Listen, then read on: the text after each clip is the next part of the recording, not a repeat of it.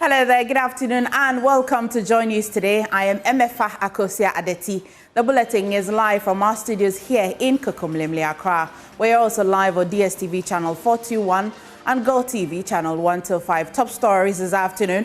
National Communications Authority orders 62 radio stations to immediately cease operations for breaching provisions of the Electronic Communications Act. We'll bring you details of that in the bulletin. And a potential breakthrough for nurses' strike as meeting between the striking nurses and Parliament's Committee on Health could potentially bring an end to the ongoing industrial action. And as well, national security officials deployed 2 examination centers after 10 people, including 6 supervisors, were arrested on the first day of the 2025 BEC examination. I was in a conversation with the NIB, and so he gave me the assurance that they were going to deploy some of their staff to those areas to ensure that sanity prevails. Details as WAEC begins a review on punishments for exam malpractice to include teacher dismissals. And we've got these plus business, sports, showbiz in this package. JoyNews, independent, fearless and credible. Please stay for details.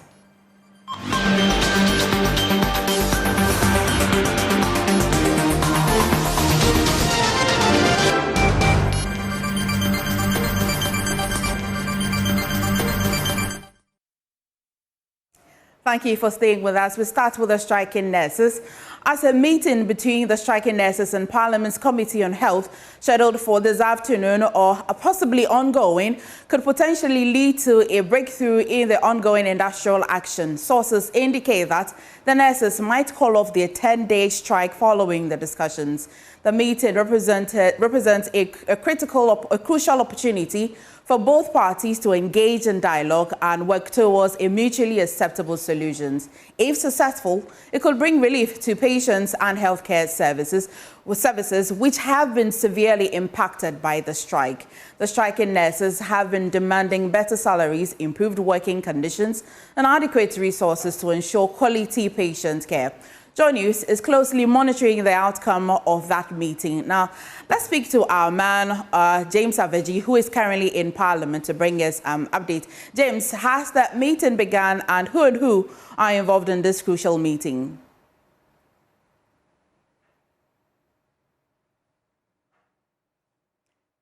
James, if you can hear me, kindly unmute.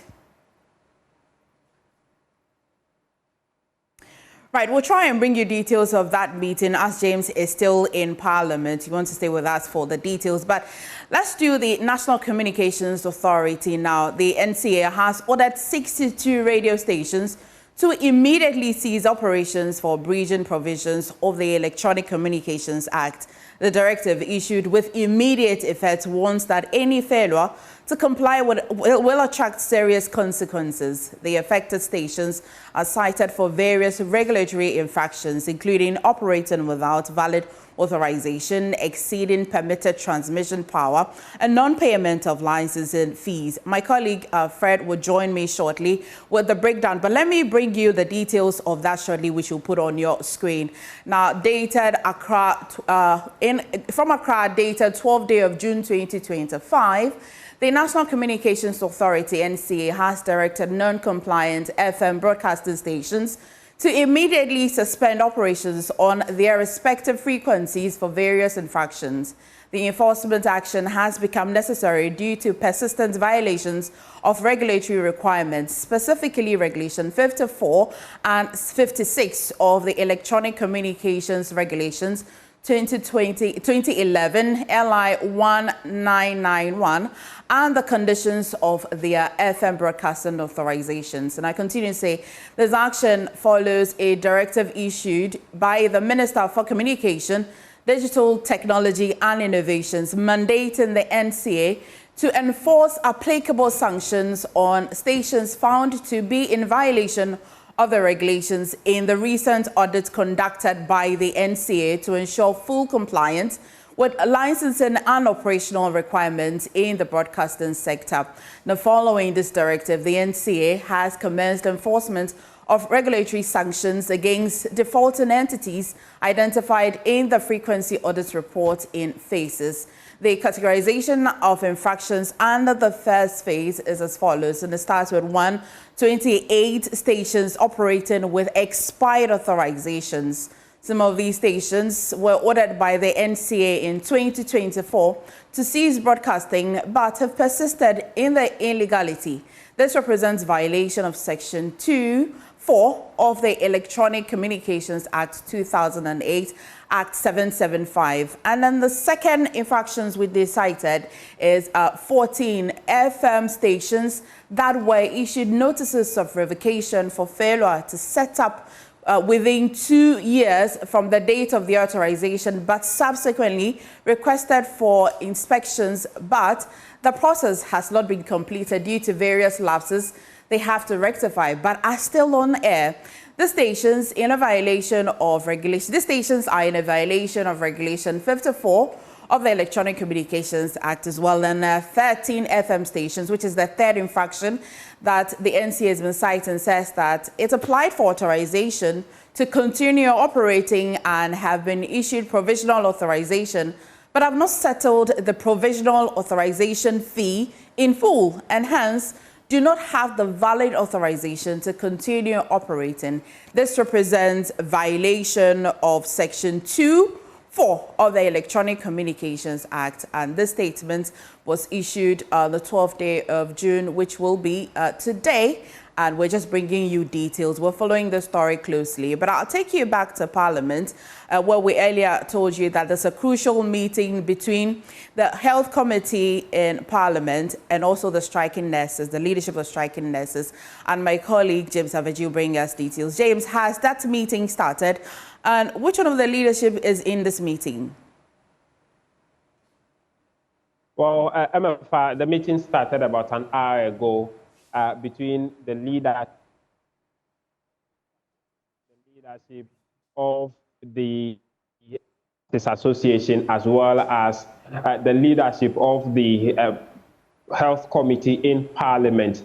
And so for the last hour, they've been in that closed-door meeting. The early arrangement was that it's going to be a meeting open to the cameras. We only got there to be told that there's a change of plan, and so that meeting is expected to be held behind closed door. And so it is currently ongoing. The understanding we are getting is that it looks like both sides are making some headway as far as that meeting is concerned. What we cannot say for certain is whether the nurses will be calling off their strike, but the information we're getting, gleaning from the backgrounds of the meeting, is that it looks like both parties, which is the nurses leadership as well as Parliament Health Committee leadership, are making some headway as far as the meeting is concerned. The final communication should be done when that meeting concludes. But what we also know is that the Health Committee is expected to translate whatever they have information they've taken from the nurses leadership to Parliament leadership in conclave,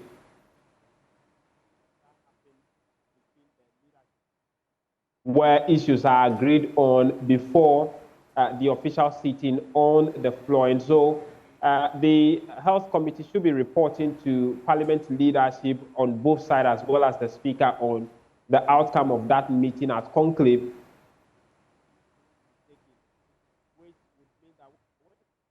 Comes out, we'll know whether a statement will be made on what happened at the meeting. If that doesn't happen, the next avenue will be that an urgent statement will be taken on the floor. The third option would be that maybe whatever information is communicated to the Speaker, he would communicate that to the rest of members of Parliament as part of his a special or official message he gives every day when the House sits. And so those are the three avenues we're looking forward to knowing what exactly they have agreed on in that meeting, MFA. Right, thank you so much, James. Of course, that's an ongoing meeting, and James will be there for us to bring us everything that will come out of that meeting. But I'll take you back to the earlier story on the NCA's directive on some radio stations shutting down on their operations. And JoyNews editor Fred Smith joins me with details of that. We've been citing some infractions that the NCA has been citing in their directive. But Fred, what more do we know from this directive? Well, there are 4 groups of radio stations that have been affected in this, making up the 62 that have been asked to shut down. So the first group is made up of 28 radio stations. And the NCA in this statement says that they are operating with expired authorizations. Some of these stations were ordered by the NCA in 2024 to cease broadcasting, but have persisted in their illegality. This, they say, represents a violation of Section 2.4 of the Electronic Communications Act 2008. Then there's a second group made up of 14 FM stations. They were issued notices of revocation for failure to set up within 2 years from the date of the authorization. But subsequently, they've requested for inspection, but the process has not been completed yet due to various lapses they have themselves failed to rectify. Okay. But they remain on air, and according to the NCA, they are in violation of Regulation 54 of the same electronic communications regulations.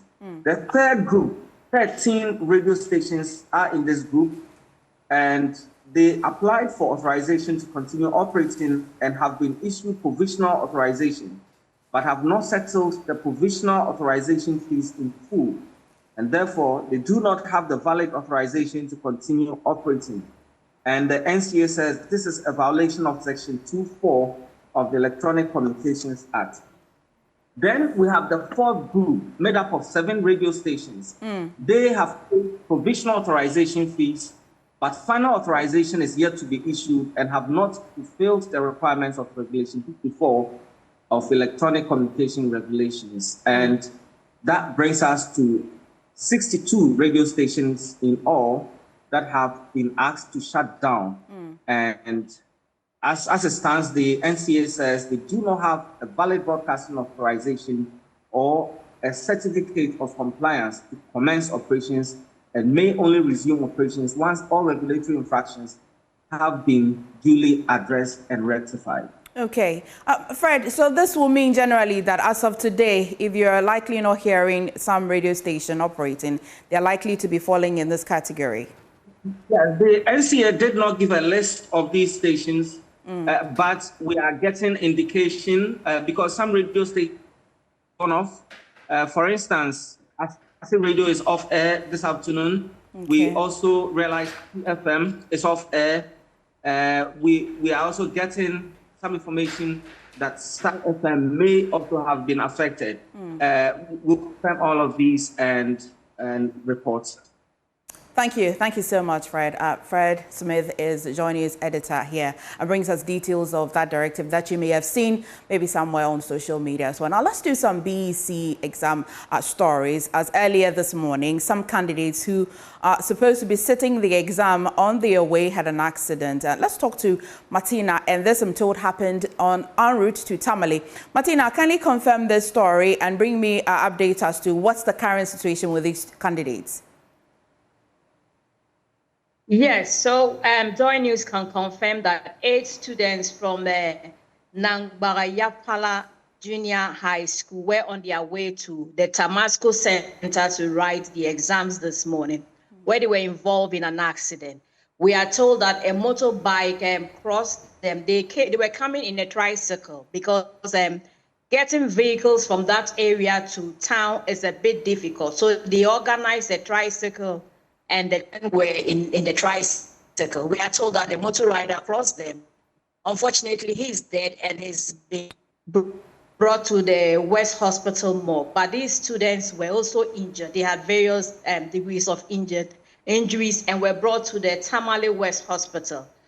What we can confirm is that indeed there was an accident. The 8 were injured and they had been treated even though not fully recovered, but they managed to get to Nation Center. But we are told that they were, even though they were isolated, when they were coming out. Oh no. The network is not favoring us this afternoon, but you want to stay with us. Maybe we'll still get details on these candidates who at least are lucky to still sit the examination and rather sad situation for the rider of that tricycle. But still on the BEC exam, the National Intelligence Bureau has deployed officers to selected examination centers across the country to strengthen security and curb malpractice during the ongoing Basic Education Certificate examination. According to the West African Examination Council, at least 10 individuals have been arrested and handed over to the Ghana Police Service for engaging in examination malpractice on the first day of the exam. Now, the group includes 6 vigilators and 1 supervisor, signaling potential breaches in internal oversight mechanism. Speaking earlier on the AM show, the head of public affairs at WAEC, John Kapi, confirmed the arrest and emphasized the council's continued collaboration with the Ghana Education Service and the NIB to minimize incidents of malpractice during the examination period. Yes, so we had so far, the reported cases are about 10. We had 1 supervisor who had a mobile phone. He had taken snapshots of the questions and posted on social media. There were 6 other invigilators who also had in their possession mobile phones, and on the mobile phones were pictures of the questions. There was also 1 lady who described herself as a fashion designer. She had in her possession photocopied responses that she was going to distribute to the candidates. And then 1 student nurse and 1 administrator of a private school. All of these people were trying to solve the questions and then send same to the candidates in the examination hall. Our monitors were swift enough to pick them up. We are still gathering reports from some of the other centers that we could not get yesterday. And how is WAEC swiftly responding to these breaches? What are you doing to these 9 culprits now? Well, for now, these 9 have been handed over to the law enforcement agencies. Their actions are considered criminal per the WAEC law. So they've been handed over to the police, and the police will work out and get them to court. Yesterday, I was in a conversation with the NIB boss in the Ahafo region, and I mentioned to him some of the hotspots that we had discovered based on the responses that were coming from there. And so he gave me the assurance that they were going to deploy some of their staff to those areas to ensure that sanity prevails. Again, the Ghana Education Service has sent out some personnel. They are helping with the monitoring of the examination centers. Our personnel are also out there, and we think that our increased presence will deter people from engaging in these acts. And the Director General has indicated that any teacher who is found culpable could even lose their job. John Kapi further revealed WAEC is taking a no-tolerance stance on cheating with a strong warning that stiffer sanctions are being rolled out, including the immediate dismissal of any teacher found complicit. Let's analyze this with Dr. Peter Anti, Executive Director of the Institute of Education Service. Doc, thank you for joining us today on Joy News. Now, what's your reaction generally? Every year, exams will not end without you hearing some records of malpractice. As compared to last year, the exam is still ongoing, but so far, are you surprised at the numbers? Thank you very much, and good afternoon to your viewers. No, I'm not surprised. I must recommend. I must commend WAEC for their approach to how the exams malpractice in recent times. You know, previously it would always be us at the civil society organizations and other institutions coming out to complain about the extent of exam malpractice in the exams period. But now WAEC has taken the lead. It means that they are willing to enforce or ensure that there is a reduction in the extent of malpractice in our exams. And I think that is an approach that is very progressive, and we need to applaud them. it is interesting that we have about 9 or 10 people who have been arrested in relation to exams malpractice. We would have had more people engage in this if it was previous years. It seems that the campaign and the efforts that have been put in place by all stakeholders is yielding fruits, and more people are becoming enlightened in terms of not engaging themselves in examination malpractice. And I think that is a progress in the exams period, and I think we need to continue like that. Well, Doug, what do you make of the outright dismissal as a punishment to teachers who will be engaged in such practices?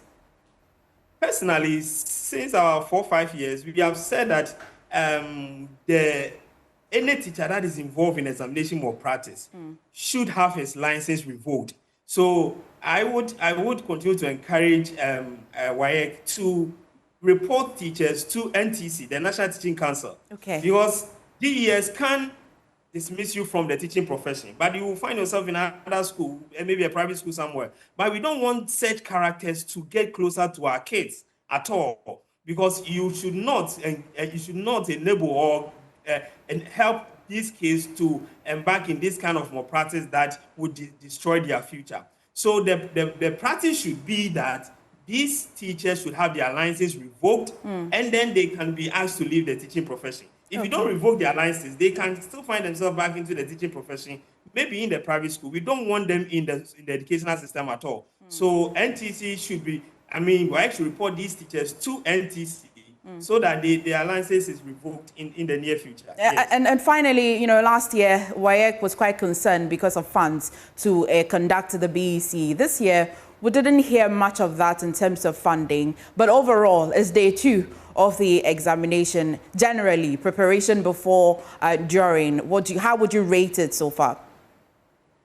I think things are moving on smoothly. WAEC, I think, indicated that they receive a certain percentage of the amount that they need to run this test. Normally, the challenge is after the exams, those who will mark the examiners, assistant examiners, how to pay them and other things. And I believe that the current administration, the current government, the Minister of Education and his people have learned from the challenges that the previous government experienced, and they will not toe the same line in terms of giving WAEC the needed resources to run the examination as it's supposed to be. So we are hoping to have a very fruitful period for this BEC, and hopefully no more incidents would be recorded. And we also pray that those who are traveling will have safe travels from their houses to the exam center and back to their houses. It breaks the heart to hear kids involved in an accident simply because they want to go and write an exam. That should not happen. Thank you so much, Dr. Peter Nti, for talking to us on News Today. I'll take on the issue of traveling to exam centers. I'll take you back to my colleague Martina, who's been bringing us a story of how some students, unfortunately, were involved in an accident en route to take the exams. And Martina, you were on the part where they indeed sat for the exam successfully, though they were isolated. Please proceed on that. They haven't been able to write. Okay. They arrived, even though they had not been discharged, the students insisted that they would want to go and still write. They were released from the hospital. They got to the center. They were coming out of the exams hall, having written the first paper. They were isolated, allowing the rest to go, and then they moved in so that they'll be able to take their own. But unfortunately, they were denied the opportunity to write. And when that was announced to them, some of them started collapsing again, and they have moved them, as we speak, back to the West Hospital as we speak. Well, beyond they undertaking the decision to want to take the exams, do we know why they were denied? Is it that the vigilators or supervisors thought that they were not strong enough to take the exams? They were denied because they had arrived late, regardless of the accident that happened. They had arrived late. That's the decision of the supervisor. And once they arrived late, they were not allowed to take the exams. Right. You have just reported that they broke down, some of them collapsed and all. But after that, has the supervisor been able to ascertain the reason why they were late? They came with plasters and evidence to show that they were involved in an accident, but he wouldn't take any of that. Right. We are told. Right, Martina, thank you for bringing us updates. Of course, this is a developing story again, and we will bring you anything that will happen afterwards. And away from the BEC, the Office of the Special Prosecutor insists it's broke no law in its search of the Osu and Tema offices of Strategic Mobilization Limited, which you know as SML, on Tuesday. This is after SML said it will sue the OSP, insisting no such warrants was shown at either locations during the operations.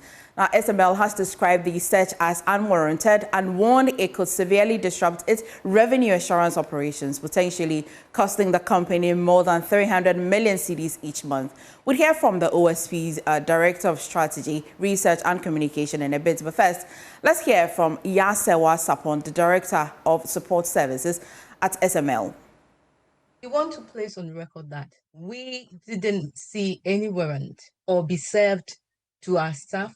We don't have a copy of any warrant. We don't know the content of the warrant. We don't have any.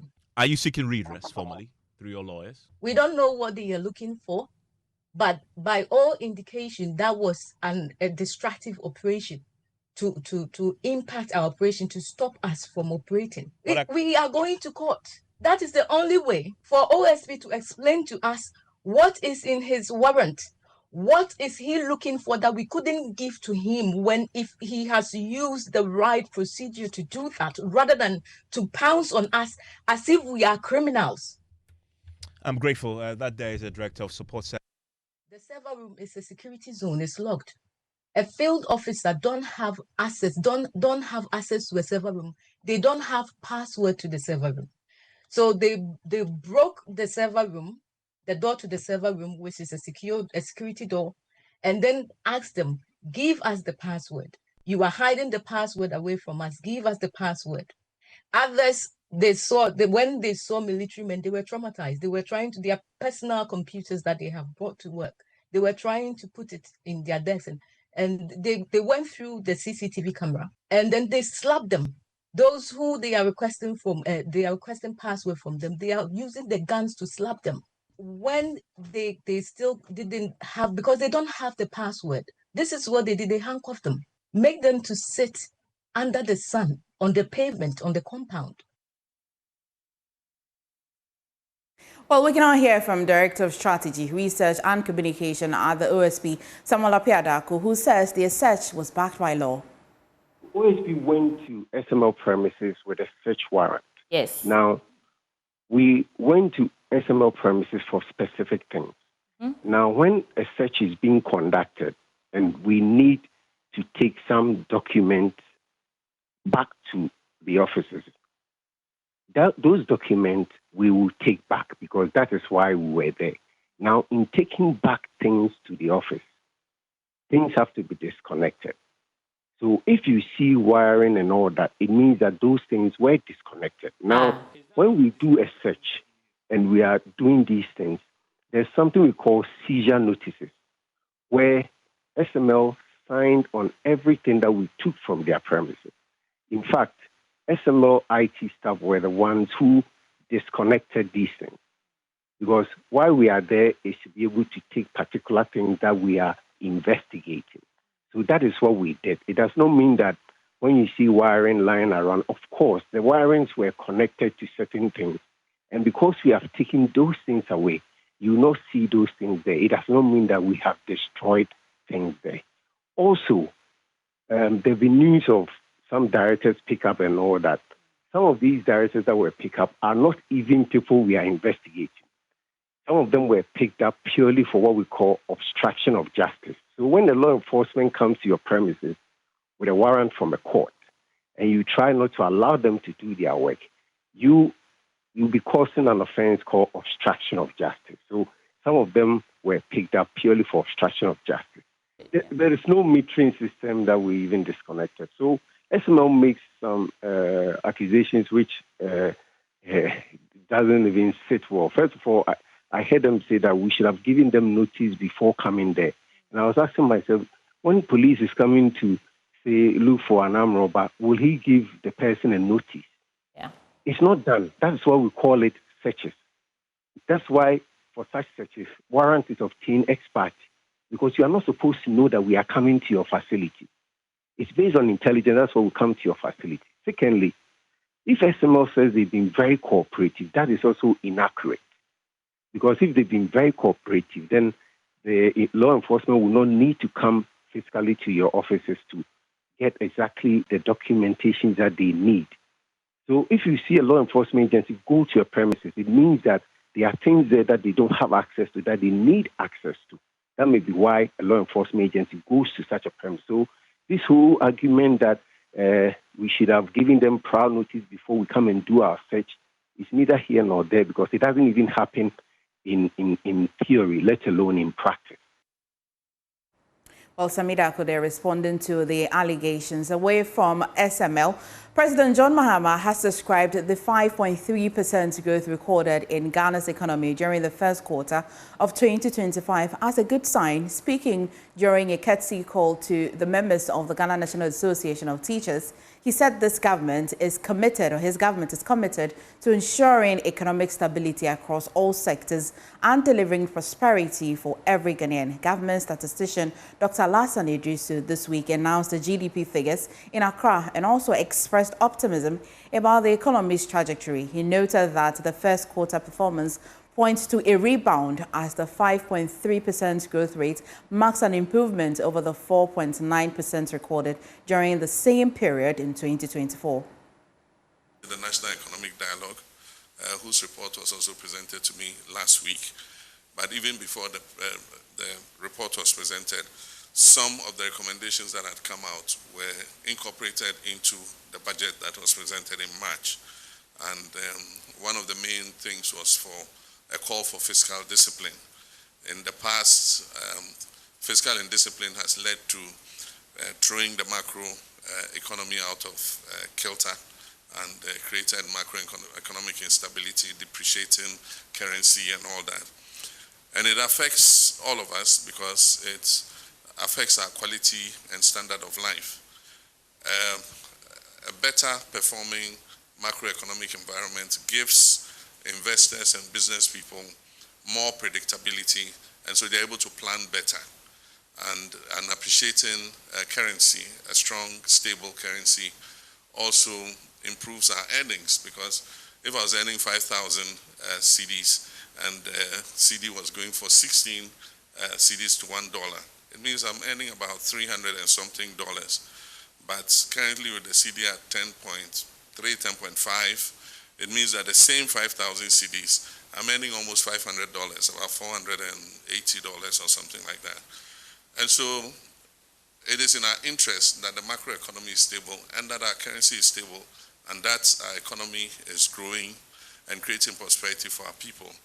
The first quarter GDP results have come, and they've come in at about 5.4%, which shows that the economy is returning to a path of growth, and it should be a good sign for us. If at the end of the year we end at above 5% growth, then it means that the economy has started expanding instead of growing negatively. And so we'll continue to pay attention to that in order that we're able to create stability for every sector, and we're able to have more prosperity for our people.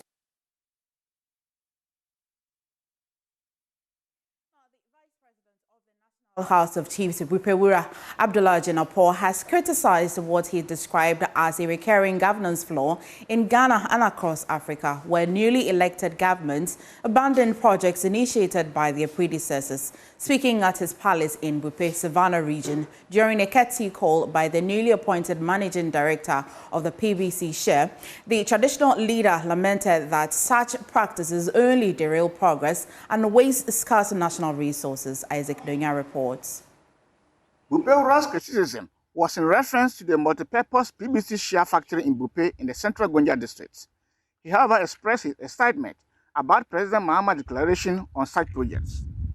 The factory was intentionally neglected, abandoned. And that is the problem. with governance system in Africa, especially in Ghana. I'm excited. His Excellency, the President of the Republic of Ghana now, John Dramani Mahama, is saying that he is not going to abandon any project that was started by his predecessor. Because it's not his money, it's our money. It's the taxpayers' money. It's not a personal thing. It's not personal property. I mean, if it's your personal property and you inherit it, if it's not viable, why can't you make it viable? The produce buying company Shia was constructed and commissioned in 2012 by the then Vice President John Dramani Mahama to process raw shea into butter and soya beans into oil and cake. I followed it personally myself so many times. I followed it to Accra. No sources. No sources. I won't mention names. But those who may hear me knows that I visited certain offices 2, 3, 4 about this factory. We're happy.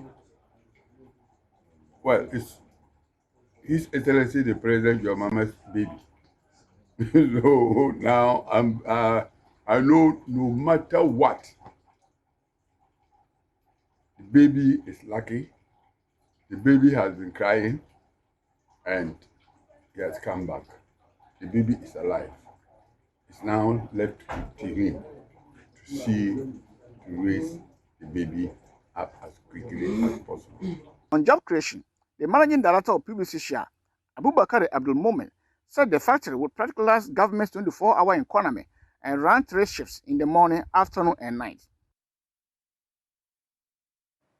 You're watching News Today, and Daryl is here to bring us business, and you want to stay for that. Daryl, what's in business today? Hey, have you been to the Forex Bureau lately? You've got to get some dollars before you go to the Forex Bureau. Yeah, well, we are getting indication that central bank may have scaled down the dollar supply to the market. We'll tell you what we know right after this. Right.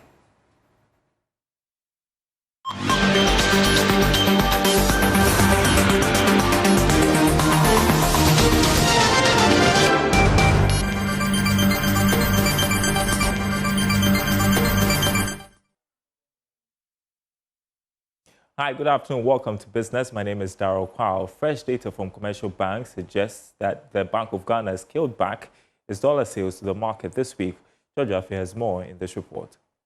Compared to the previous weeks, the amount that the Bank of Ghana has been offering to commercial banks through the spot auction and other avenues have been reducing for this week. One can talk about the total amount, which used to be above $100 million some weeks ago, but has slowed way below this amount for this week. But for some, the development has fueled speculations that the Bank of Ghana may be comfortable with the local currency trading at around the 10 cedi range to $1, which President John Mahama recently disclosed that could be the true value of the Ghana cedi to $1. But persons close to the Bank of Ghana insists supplies to the commercial banks have always been guided by market demands. So can we make an intelligent guess that maybe we have come to the end of the road when it comes to those sharp daily appreciations of the Ghana cedi to $1, which has put the year-to-date gain at more than 40%?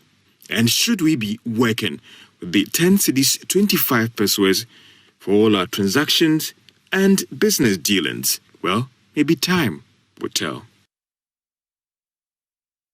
All right, moving on to our next story. The acting chief executive of the National Petroleum Authority, Godwin Edoji Tamaklo, says plans are underway to repeal the current act regulating the petroleum sector.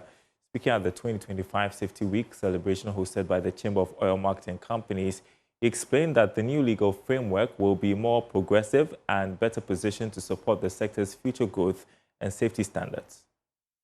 The Chamber of Oil Marketing Companies Safety Week is an event aimed at reinforcing safety practices and promoting best standards across Ghana's petroleum downstream sector. The initiative brings together key stakeholders to raise awareness on safety protocols, compliance compliance and risk management within the industry. Edudzi Tamaklo is the acting Chief Executive Officer of the National Petroleum Authority. I want to personally thank you and the board chair for helping to diffuse what may potentially be my baptism of fire, going to be the first industry strike. But thanks be to God, we were able to reach an amicable settlement. I appreciate this a lot. We want to repeal the current act, which is almost 20 years, and we always say that the industry is always ahead of the regulator. So after 20 years of enactment, we need to sit down quietly and try and see if we can tweak the current MPA Act and see if we can make it a bit more progressive to meet the needs of our people 20 years down the line. Board chair of the chamber, Gabriel Kumi, used the platform to call for urgent attention to key bottlenecks affecting operations in the sector. There are still a lot of challenges facing our industry. Mr. Tamaklo, we are very much aware that you have done a lot in your short stay in office, but there is a lot to be done. And one very particular issue that I call a cancer that keeps spreading in the industry is the issue of third party. I believe MPA is clothed with all the powers and the data. Speaking at the event, Chief Executive of the Chamber of Oil Marketing Companies, Dr. Reverse Nopon, emphasized that safety must remain a top priority as the industry evolves. This year's program is intentionally built to deepen our understanding of how proactive safety and regulatory compliance directly translate into operational excellence. The plenary discussion later today and the training sessions we have from tomorrow focus on driving operational excellence through proactive safety and compliance in the downstream petroleum sector, and not just theoretical. This year's Safety Week is being celebrated under the theme Championing Safety, Elevating Operational Excellence. James Ashen's report for Joy Business.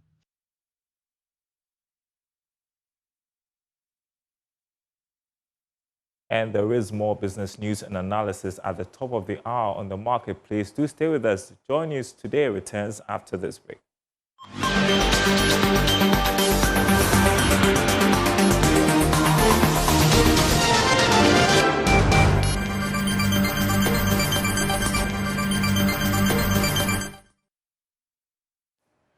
With me, Muftau Nabila Abdullah, I've just taken over from you.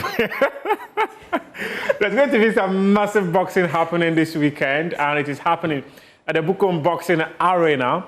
They describe it as the Battle of Beasts. My colleague Lawrence Bedu has details in this report. Ghana's former cruiserweight champion Jacob Dixon will face a test of his career at home before his fans when he takes on 35-year-old American-based Andrew Sabiti on Friday, June 13 at the Bukom Boxing Arena in Accra. The much-anticipated event is aimed at projecting Ghana's boxing prowess to the global audience. Ahead of the fight, Dixon has been speaking highly of his opposition. This is the biggest opportunity for me and my team and my family and everyone that support me. Thanks to everyone once again, and thanks for my opponent too. This is I never expect this fight because this opponent of mine is one of my biggest idol. Someone that I was looking ahead to. I started boxing at the age of 14 years. I started looking at him when I was young. I wish to be like him because, you know, thanks to everyone. Thank you. Sabiti and his camp are also looking forward to an incredible atmosphere on his first visit to the West African country. But this opportunity is bigger than me. This is a chance to put the spotlight on Ghana boxing and boxing in Africa. So I'm coming to show out. I'm coming to the fight and knock this guy out. That's all.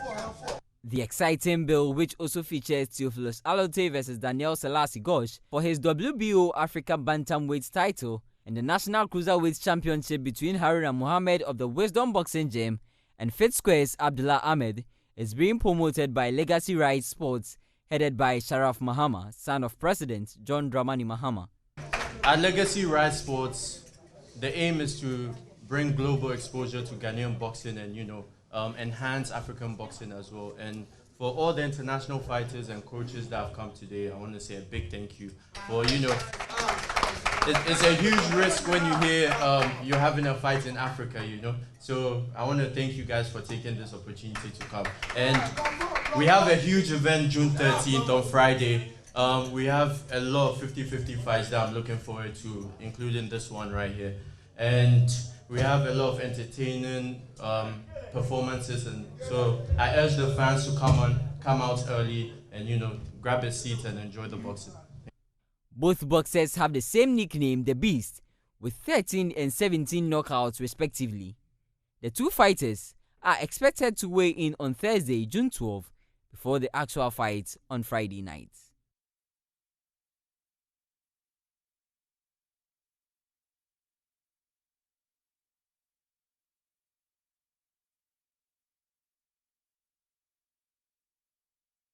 MFA is standing by with the rest of the news. Thank you so much, Muftau. Well, Muftau, why do people really engage in boxing, though? Well, actually... Well, yeah, please stay. Jackie comes up with showbiz.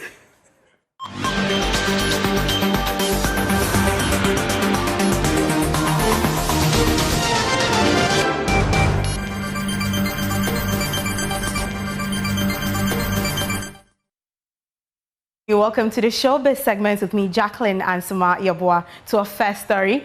Once upon a time in Hollywood, the only villains were in the movies, but now the studios are pointing fingers at a new bad guy, artificial intelligence. Disney and Universal are dragging AI image generator Midjourney to court, claiming the tool is basically a copy machine with a creative twist, while the studios are calling it a bottomless pit of plagiarism. We have more in the following report. Midjourney is one of the most popular AI tools that turns text into images. Type a prompt like Iron Man in a tutu at a tea party, and boom, the image appears. Cool, right? Well, not for Disney and Universal. In a lawsuit filed in Los Angeles, the studios claim that Midjourney is churning out countless lookalikes of copyrighted characters, just in different outfits or new scenes. But a new background doesn't mean a new creation. Disney's legal team is saying AI might be cool, but piracy is still piracy, even with the side of algorithms. Universal is backing them, saying Midjourney made over $300 million last year without paying for the characters it's recreating. Law experts are weighing in too. Some say these AI images aren't transformative enough to count as fair use. And while studios do not want to use AI for things like voice alteration, the aging actors, and game design, they also want to make sure AI doesn't start replacing or ripping off the very stories that made them billions. Will the courts draw a line between inspiration and infringement, or are we in for a sequel?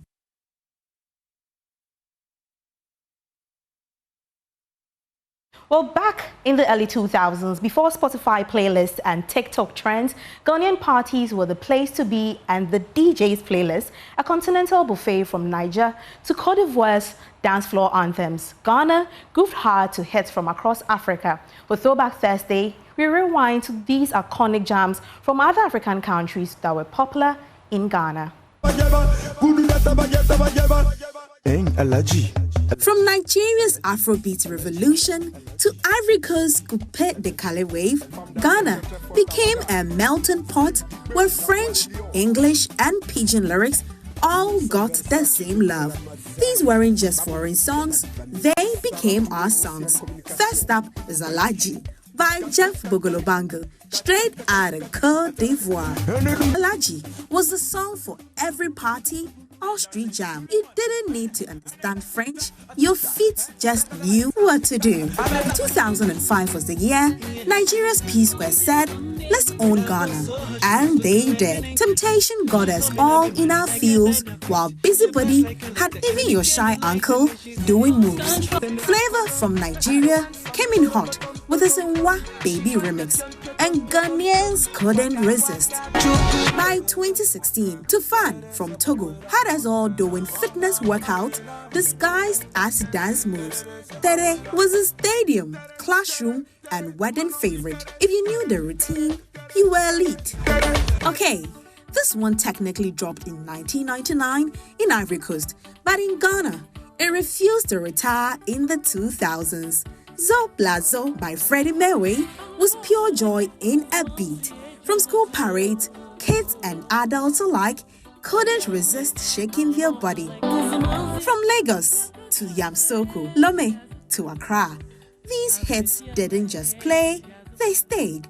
They reminded us that great music knows no borders, no language, just vibes. For Joy News, I'm Jacqueline Ansama Yapowa. I mean, this song brings so much memories. How old are you again? I can't recall. Well, thank you for watching and thank you. For more news, do log on to myjoyonline.com. I'm MFA Akusia Adeti. The Kale Wave, Ghana became